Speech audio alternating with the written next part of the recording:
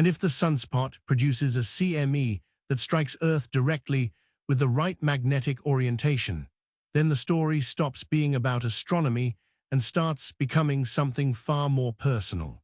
Because at that point, the question is no longer what is happening on the sun. The question becomes what happens here. What happens to a world built on uninterrupted electricity, instant communication, satellite timing, digital banking, GPS navigation, refrigerated supply chains, data centers, and power systems so interconnected that most people barely notice them until something fails. That is the real shadow hanging over AR4366, not just the spectacle, not just the science, but the systems. A modern geomagnetic disaster would not arrive like an asteroid strike or an earthquake. It would not be loud at first. It would not be visually obvious to most people. For millions, the first sign might be nothing more dramatic than dropped signals, strange glitches, unusual auroras, or power fluctuations that seem isolated and temporary. But behind those small symptoms, something much larger could already be unfolding inside the grid. The source material makes that danger explicit. Geomagnetically induced currents can move into critical transformers, and once those transformers are seriously damaged, recovery stops being a matter of hours and becomes a matter of months or even years. That is what makes the power grid such a central character in this story. The North American grid is one of the most complex machines humanity has ever created. It is not one simple network, but a massive synchronized system made up of interconnections, generating stations, substations, transmission lines, and load balancing operations that must remain in near-perfect coordination every second of every day. Under ordinary stress, this is one of engineering's greatest achievements.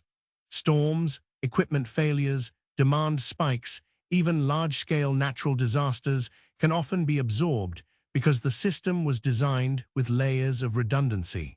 But the danger described in your source file is different. The grid was not built with a true Carrington-level geomagnetic storm in mind. It was built for terrestrial problems. AR4366 raises the possibility of a problem that begins off-world and moves invisibly into the backbone of the system itself. To understand why that matters, you have to understand the weakness. The vulnerability is not ordinary alternating current. It is geomagnetically induced current, often shortened to GIC.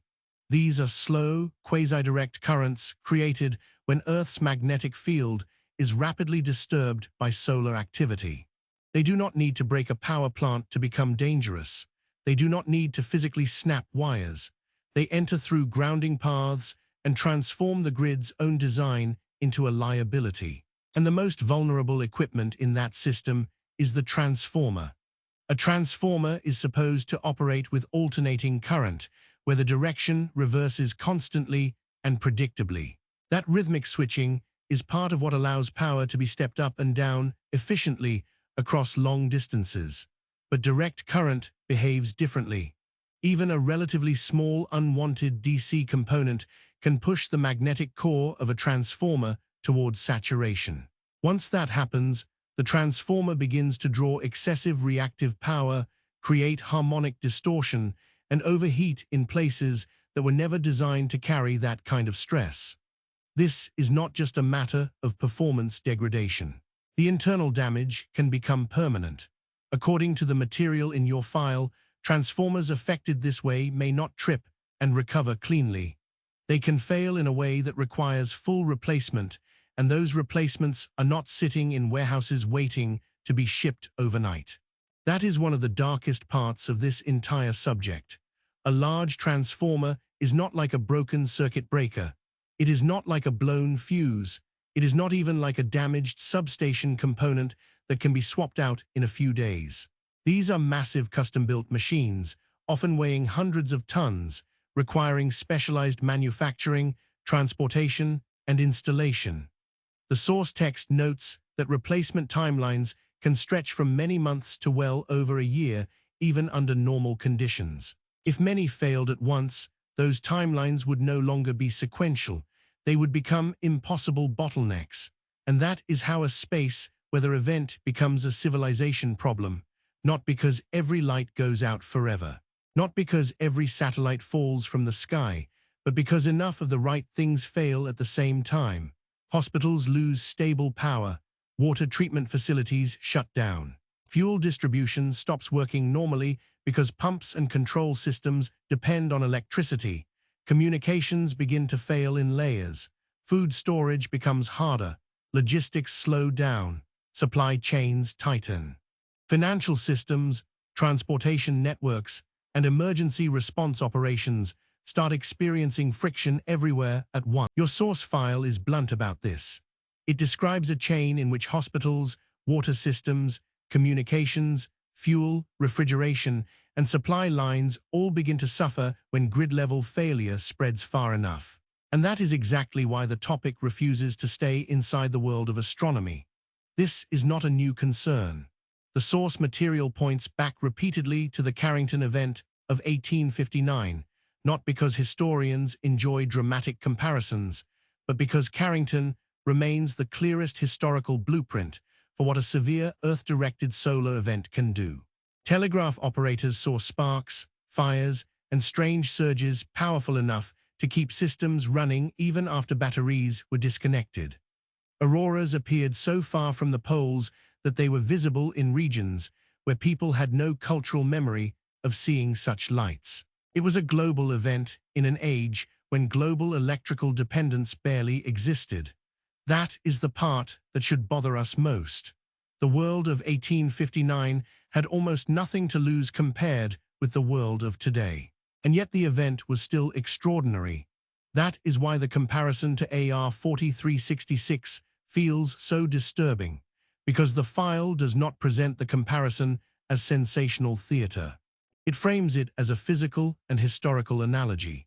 AR4366 is described as already reaching roughly half the size of the Sunspot linked to Carrington while continuing to grow, continuing to fire X-class flares, and continuing to rotate toward Earth-facing alignment.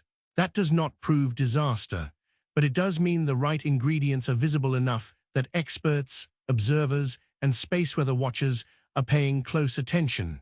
And history offers more than one warning.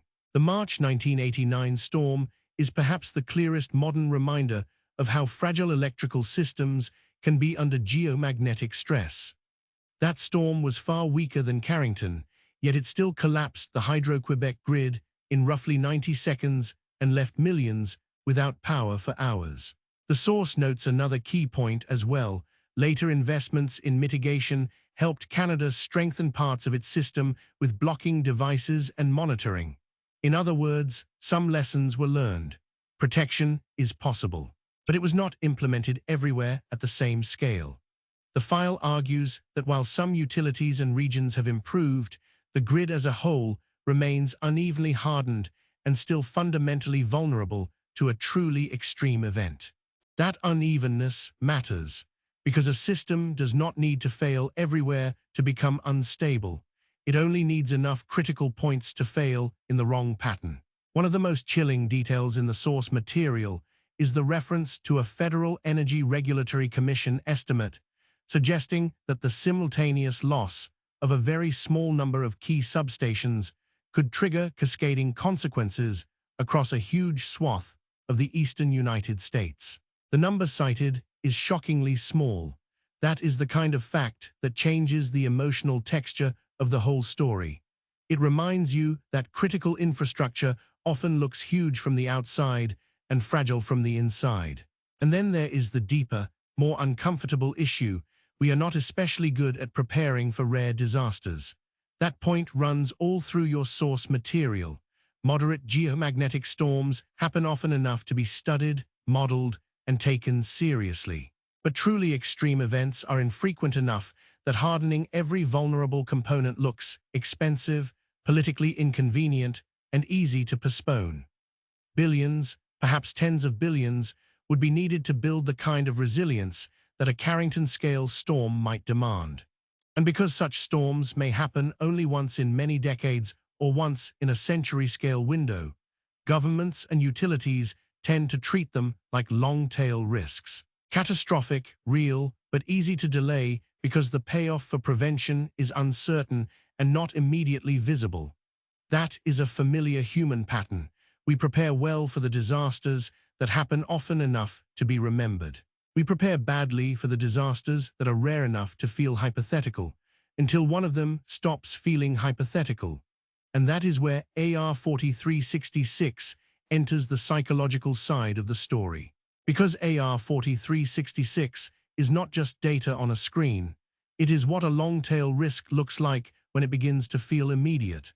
A sunspot swelling rapidly, a beta-gamma-delta magnetic configuration, repeated X-class flares, a CME already on the way, forecasts warning of more M-class and more X-class eruptions, a region moving into stronger Earth-facing geometry.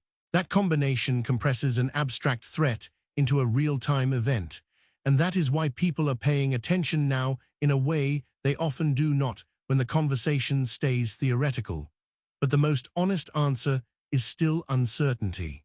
Your file lays out several broad paths forward. In the least dramatic path, AR4366 remains active, but mostly produces a sequence of moderate space weather disturbances. There are more flares, perhaps more glancing CME impacts, more intermittent radio disruptions, minor grid fluctuations, GPS degradation in limited windows, and repeated auroras at higher latitudes. Noticeable, disruptive, expensive in some sectors, but not catastrophic. The file treats this as the most likely scenario based on current probabilities. In a more serious path, AR4366 launches a stronger X-class flare while facing Earth more directly. That eruption produces a fast CME with the right magnetic orientation, and the result is a much more substantial geomagnetic storm, perhaps severe enough to disrupt satellite operations, degrade GPS more seriously, produce wider voltage instability in grids, and cause regional failures with recovery measured in days or weeks rather than hours. This is not the civilization-ending extreme, but it is the level that would very quickly change headlines around the world. The file explicitly identifies this as plausible, even if not the baseline. And then there is the worst path. A near-Carrington or Carrington-like event, a perfectly timed major flare, a direct hit, a fast, dense CME with a strongly southward field, possibly multiple interacting CMEs, possibly a storm sequence rather than one isolated wave. That is the scenario where transformers begin to fail in multiple regions, power outages scale upward, satellite systems suffer cascading problems, GPS becomes deeply unreliable, communications come under real strain, and the modern world finds out in a matter of hours how thin the margin really is between normality and systemic stress. The source material treats that as a low-probability scenario, but very clearly not a zero-probability one. That distinction matters. Low probability is not the same as impossible. Rare is not the same as imaginary. And extreme solar storms are not a science fiction invention. They are part of the sun's range of behavior. The source file also raises another unnerving possibility: multiple CMEs interacting on the way to Earth. In 1859, part of what may have made Carrington so extreme was the possibility that an earlier ejection cleared the path, allowing a later CME to travel faster. The file suggests that if AR4366 launches several eruptions close together, faster plasma clouds could overtake slower ones and merge into what researchers call a cannibal CME. That possibility is presented carefully as speculation rather than confirmed reality, but it is included because it would change the risk profile significantly if it happened. A forecast that looks minor when based on one glancing blow can start to look very different if multiple magnetized clouds interact and intensify. And this is where the emotional core of the story becomes unavoidable. Because even with satellites, models, observatories, and constant monitoring, we still do not get total certainty. We can track the flare. We can estimate the CME's speed. We can model arrival windows. We can watch the solar wind. We can prepare operators for what may come. But one of the most important variables, the magnetic orientation that determines how strongly the CME couples with Earth, may not be known until the cloud is already almost here. The source material emphasizes this repeatedly. Final warning time can collapse into minutes once monitoring spacecraft near the L1 point detect the leading edge and reveal whether the magnetic field is oriented in the most dangerous direction. That means a surprising amount of modern civilization still depends on very short decision windows in the face of an incoming solar storm. Power operators may have 15 to 30 minutes. Satellite teams may have only enough time for limited protective actions. Forecasters may know a storm is coming without knowing exactly how hard it will hit until almost the last moment. That is not scientific failure. That is simply the nature of forecasting a star. And maybe that is why AR4366 feels so gripping beyond astronomy circles. Because it forces a modern civilization to confront an old truth. Control is conditional. We like to think our systems are stable because they are engineered. We like to think global communications, uninterrupted power, precision timing, and satellite navigation are permanent layers of reality. But they are not permanent. They are maintained conditions, and those conditions still depend on a star whose violence never signed a contract with us. That is what AR4366 really symbolizes. Not just danger, not just spectacle, but dependence. Dependence on the grid, dependence on the sky, dependence on systems most people never see, dependence on a chain of engineering strong enough for normal life, but not necessarily strong enough for every version of the sun. So where does that leave us? It leaves us in the space between probability and consequence. AR4366 may weaken, its tangled magnetic structure may partially reorganize, its next eruptions may miss. The current concern may pass into history as a dramatic but manageable burst during solar cycle 25, but it may also escalate. It may continue producing major flares. It may continue launching plasma as it rotates through better alignment. And if one of those launches arrives fast, dense, and magnetically hostile, Earth will discover very quickly which warnings were theoretical and which ones were not. That is why this story matters, because it is not really about panic, it is about perspective. The sun is not angry, it is not targeting us, it is not behaving maliciously, it is simply being a star. And every once in a while, a star reminds the civilizations orbiting it that they are not as independent as they imagine. AR4366 is one of those reminders, a dark region on the sun's surface, a knot of magnetic violence, a flare factory, a real-time warning that even now, even in the age of satellites and supercomputers and global networks, the past can still send us a message through physics. And that message is simple. You are more connected than you think. You are more vulnerable than you believe.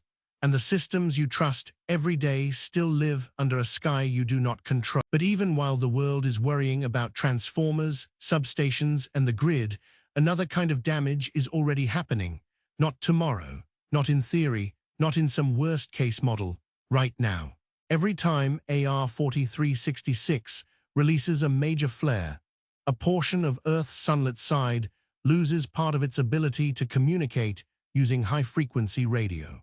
Your source material is very clear about this. The radio silence is not hypothetical. It has already happened repeatedly over the last 72 hours as AR4366 fired flare after flare into space. That matters because radio blackouts are one of the clearest examples of how solar activity jumps from being an astronomical event to being a human event. A flare does not need to throw plasma at Earth to cause immediate disruption. It only needs to release radiation. That radiation travels at the speed of light. It crosses the space between the Sun and Earth in about 8 minutes, and when it arrives, it slams into the upper atmosphere and changes the way radio waves move through it. For most people, that sounds abstract. But for aircraft crossing oceans, for ships far from shore, for emergency communications, for military systems, for remote operations in places where satellite links are limited or unavailable, it is not abstract at all. High-frequency radio exists because the ionosphere normally reflects or refracts those signals, allowing them to travel far beyond the horizon. But when a strong solar flare hits, that layer becomes so ionized that the signals are absorbed instead of carried. The path is broken, the radio horizon collapses, the connection simply disappears. That sequence is described directly in your file during the X8.1 event, when Earth's upper atmosphere was ionized so strongly that high-frequency communications across the South Pacific effectively ceased. And that is exactly what happened when AR4366 produced its biggest eruption.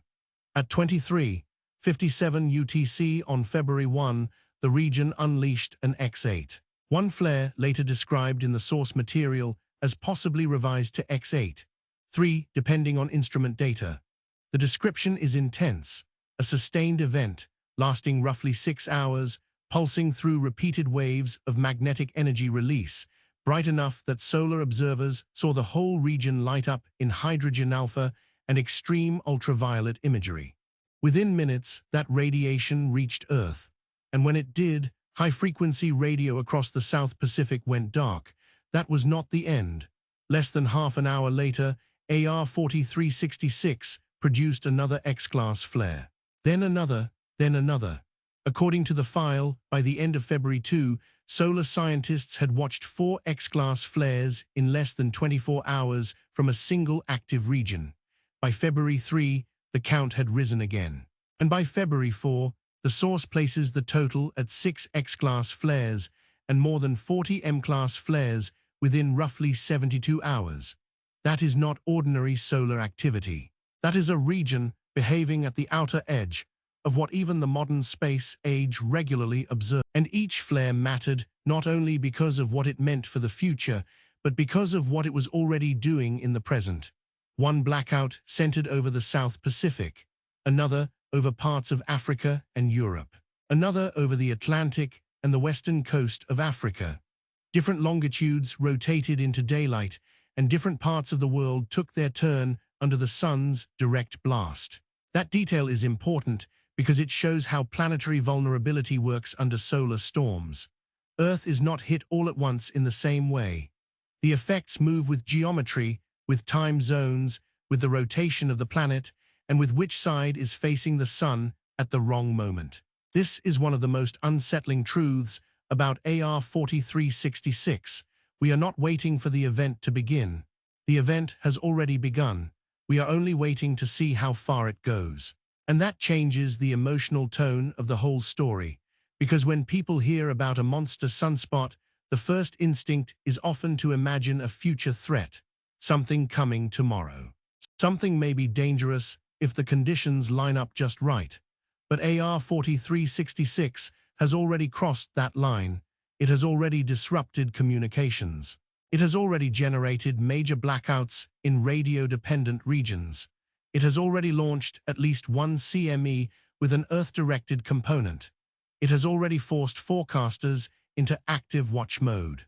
And according to the source material, it is still moving toward a better Earth-facing position while remaining magnetically unstable. That means the situation contains 2 overlapping timelines. The first is the timeline of damage already visible now: radio silence, atmospheric ionization, short-term communication disruption. The second is the timeline of what may come next: a stronger Earth-directed CME, a more geo-effective eruption, a larger geomagnetic storm, and broader infrastructure consequences. And those 2 timelines make AR4366 feel less like a science story and more like an unfolding sequence.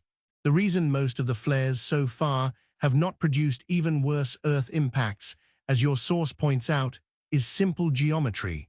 Most of them were not launched from the best position for direct hits. AR4366 appeared on the eastern limb and has been rotating toward the center of the solar disk. In other words, many of the eruptions that already caused radio blackouts were still slightly off-angle. They were glancing shots. The region was dangerous before it was even in the worst possible position. That is the detail that turns concern into dread, because if glancing shots did this, what happens when the region is fully facing us? Your source material addresses that point directly. It notes that AR4366 would reach its most Earth-facing alignment over the next 24 to 48 hours from the point of the script, meaning that the strongest eruptions might still be ahead. That is why the NOAA G1 watch, while technically minor, is not actually reassuring in the larger sense. It is tied to a glancing blow from an earlier CME. The greater fear is not the storm that is already forecast. The greater fear is the storm that has not happened yet but still could, and if that happens, the consequences would spread far beyond radio, because radio blackouts are only one layer of solar vulnerability. Another layer is satellites. Modern satellite systems live in an uncomfortable zone during major solar events. They are not as deeply protected as people often imagine, partly because their vulnerability is not just about dramatic collisions or explosions. It is about cumulative and invisible stress. Solar energetic particles can interfere with electronics, induce charging on spacecraft surfaces, alter atmospheric density in low Earth orbit, and degrade signal quality. A large enough event can force operators to switch modes, delay maneuvers, protect instruments, or simply accept degraded performance. While your source text focuses more heavily on the grid and radio effects, it explicitly includes satellites among the systems exposed by stronger geomagnetic storms and makes clear that even a G1 event can cause some level of satellite disruption. Then there is GPS. This is where the story becomes even more personal, because most people use satellite positioning constantly without thinking of it as a vulnerable system. Cars, aircraft, shipping, mapping apps, emergency location, timing for financial networks, power grids themselves, telecom synchronization, logistics routing. All of it depends, directly or indirectly, on precise satellite timing and stable signal propagation. A severe solar event can attack that system from several directions at once. It can disturb the ionosphere and change how signals travel. It can degrade timing precision. It can interfere with satellites themselves. It can create positioning errors at exactly the moment precision matters most. That does not mean every phone loses its map instantly, but it does mean that in a stronger storm, the hidden certainty underneath modern navigation begins to soften. Your source material includes GPS among the systems that could be disrupted during stronger events, especially in the more serious scenarios where AR4366 produces a more direct and powerful CME. And then there is aviation. Few industries reveal our dependence on layered invisible systems more clearly than aviation does. Commercial aircraft do not simply move through air. They move through a world of radio links, timing systems, GPS support, solar radiation monitoring, route planning, and communication protocols that are particularly important over oceans and polar regions. During strong solar events, some routes may need adjustment, communication methods can become unreliable, and radiation exposure considerations can change for high-latitude flights. That is why solar storms are not fringe science for aviation planners.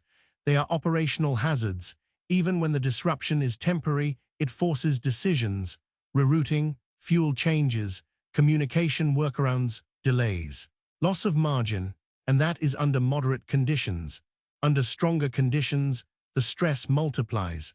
One of the reasons AR4366 is such an effective documentary subject is that it reveals how civilization actually works, not as one giant machine, but as many fragile systems layered on top of each other. Radio supports aviation and maritime movement. Satellites support GPS and timing. Timing supports grids and finance. Grids support communications, refrigeration, water, fuel, and hospitals. A solar event does not need to destroy all of them at once. It only needs to push enough of them out of tolerance at the same time.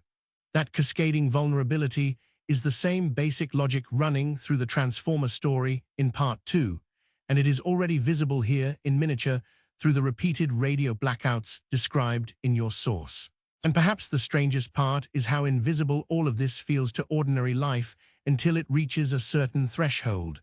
The sky still looks normal, the ground feels stable, cities still glow, people still go to work. Nothing about daily life suggests that a magnetic conflict is unfolding on the surface of the Sun and spilling into Earth's atmosphere. That contrast is part of what makes solar threats psychologically different from storms, fires, or earthquakes. You cannot see the danger building in the same obvious way. There is no dark wall on the horizon. There is no shaking ground. There is no smell of smoke. There is only data, forecasts, radiation, magnetic fields, and systems quietly failing at the edges before people understand why. That invisibility is part of what gives AR4366 its tension.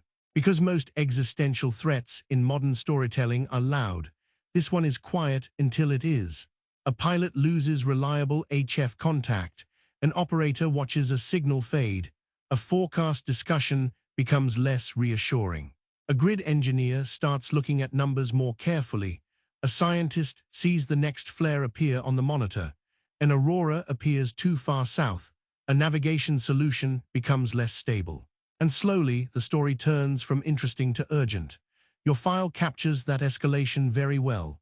NOAA's official language is described as measured, technical, restrained probabilities, field complexity, expected continued eruptions, moderate to high activity. But the script points out what that language means when translated into plain human terms. AR4366 remains large, magnetically unstable, still growing, and still capable of more X-class flares, with a 40% chance of additional X-class events and an 80% chance of more M-class flares over the next 24 to 48 hours. Those are not comforting odds. They are careful warnings expressed in professional language. And maybe that is one of the most important things AR4366 teaches us. Catastrophe rarely announces itself in emotional language at first. It often arrives in technical language: a deltac magnetic field, an Earth-directed component, a G1 watch, an elevated X-flare probability, improved geoeffective alignment, monitoring recommended. To most people, those phrases feel dry, but to the people who understand the system, they are the vocabulary of tension. And that is why stories like this matter. Because translation matters, context matters, understanding matters. Without context, AR4366 is just another science headline. With context, it becomes something much more powerful. A reminder that our modern world can be touched by forces that begin in silence, travel through light, and reach into the infrastructure of daily life before most people even realize the story has started. So where does that leave us now? It leaves us watching the sun, but also watching ourselves. Watching how dependent we are on invisible layers of technology. Watching how quickly a solar event can expose those dependencies. Watching how a series of minor disruptions can begin to reveal the outline of a much larger day. AR4366 may still weaken. Its next eruptions may miss. The current sequence may remain intense but manageable, but it may also do something worse. It may fire again while centered. It may launch a faster CME. It may turn a sequence of radio blackouts and minor forecasts into something that begins climbing the geomagnetic scale. And if that happens, the story will stop being about one active region on the sun. It will become a story about whether the invisible systems of modern civilization can survive direct contact with the star that made them possible in the first place. This is the part of the story where everything becomes less comfortable. Because once a major flare has already happened, once a CME has already been launched, and once the active region responsible for it is still growing more unstable while rotating into a stronger Earth-facing position, the question changes. It is no longer just, what did the sun do? It becomes, when does it get here? That is the countdown phase, and countdowns are psychologically different from discoveries. A discovery feels distant. A countdown feels personal. That is why AR4366 has become more than just a fascinating solar region. By the point reflected in your source material, this is no longer a story about a strange sunspot simply behaving badly on the far side of space. It is a story about timing, trajectory, and the possibility that Earth is moving into the path of something already in motion. The file makes this clear. At least one CME associated with the major flare sequence appears to have an Earth-directed component, with NOAA issuing a G1 geomagnetic storm watch for February 5 and 6, while also warning that the more serious concern may lie in whatever AR4366 does next as it rotates into a more geo-effective position. That distinction matters because a forecasted G1 storm sounds mild, and on paper it is mild. A G1 event is at the low end of the geomagnetic storm scale. It can cause weak fluctuations in power systems, minor effects on satellite operations, and expanded aurora visibility at higher latitudes. By itself, that is not the nightmare scenario. That is not the kind of event that brings civilization to a halt. But in this story, the G1 watch is not the center of the fear. It is the opening tremor. It is the first signal that Earth is already involved. And your source text treats it that way. The real tension in the script comes from the fact that this initial CME may only be a glancing blow, while AR4366 remains capable of launching something stronger during the much more dangerous period when it is facing Earth more directly. In other words, the forecast on the table may not represent the peak of the threat. It may represent the beginning of it. That is what makes the timeline so uncomfortable, because solar disasters do not always unfold in one clean, cinematic moment. They can build in layers, first the flare, then the blackout, then the storm watch, then the monitoring, then the wait, then the next eruption, then the question of whether Earth is about to get hit harder than the first forecast suggested. And during that waiting period, everything depends on what forecasters can learn from incomplete information. This is one of the most important parts of the story, because most people assume that if scientists see a solar storm coming, they will know exactly how bad it will be days in advance. But that is not how it works. Forecasters can estimate the speed of a CME, they can estimate the arrival window, they can model the direction, they can study the source region. They can compare coronagraph imagery and solar wind conditions. But one of the most critical variables often remains uncertain until the cloud is already very close to Earth, the magnetic orientation of the CME itself. And that is where the story becomes almost cruel in its timing. Because a geomagnetic storm becomes truly dangerous when the incoming magnetic field couples strongly with Earth's magnetosphere. The short version is simple. If the magnetic field carried by the CME points in the wrong direction from Earth's perspective, especially strongly southward, then Earth's protective magnetic field is much more likely to reconnect with it, opening the door to a deeper transfer of energy into the system. Your source material highlights this exact point through discussion of the BZ component, noting that the final severity of an incoming storm can depend on that orientation, and that the most useful measurements often arrive only when solar wind spacecraft near the L1 point detect the cloud shortly before impact. That means the final warning can collapse into minutes, not days, not a comfortable planning horizon, minutes. This is one of the hardest truths in the whole subject. We can watch the sun erupt. We can know something is on the way. We can predict a rough arrival. But the exact difference between interesting auroras and serious geomagnetic emergency may not become clear until the leading edge is almost here. That is not bad science. That is the limit of how much certainty nature allows. And that limit is part of what gives AR4366 its tension. Because once a CME is in transit, the event enters a strange in-between state. It is no longer hypothetical, but it is not fully knowable yet. The storm exists. Its arrival exists. Its consequences are still being negotiated by physics. That is what forecasters are really watching.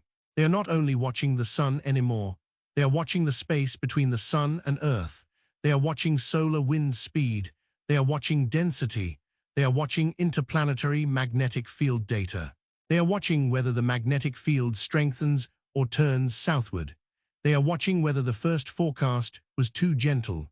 And they are watching whether AR4366 launches something else before the first cloud even arrives. Because that is another way this story could worsen.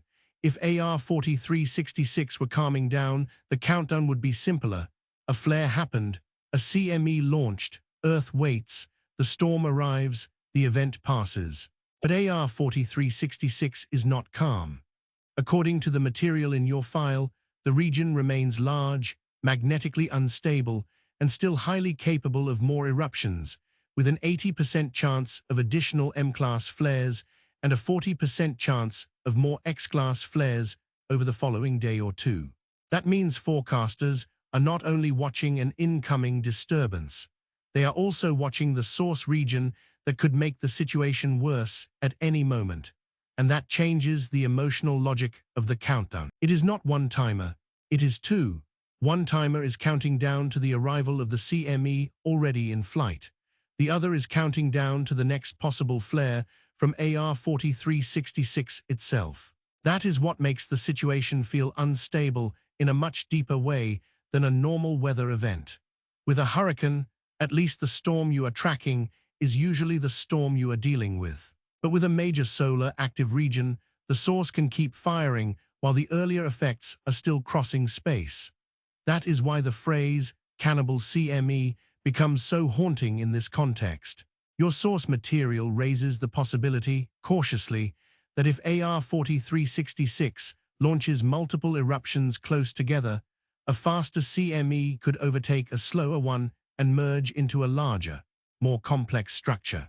This is not presented as a certainty, but as a real enough possibility to matter.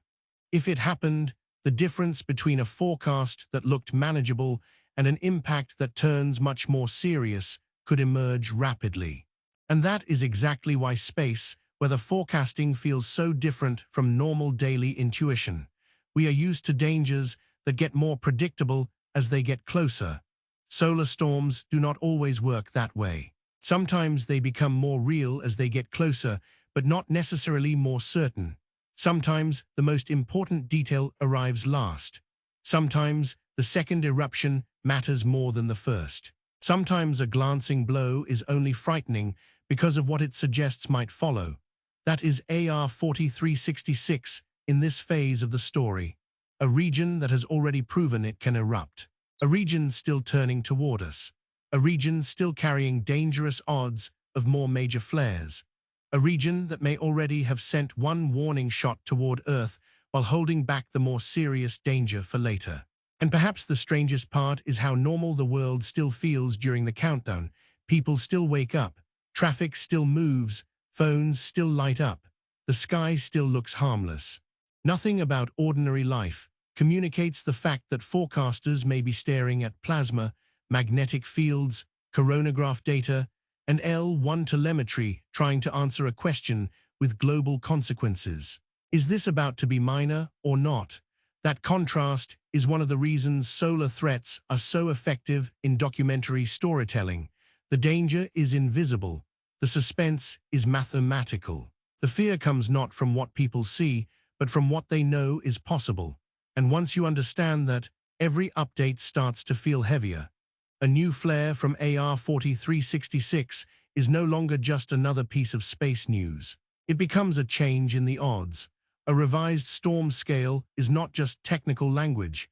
It becomes a change in what parts of Earth may be affected. A southward turn in BZ is not just a detail for scientists. It becomes the difference between a beautiful aurora and a dangerous geomagnetic event. That is what your source material captures so well. The way technical monitoring slowly turns into emotional tension once the public consequences become clear.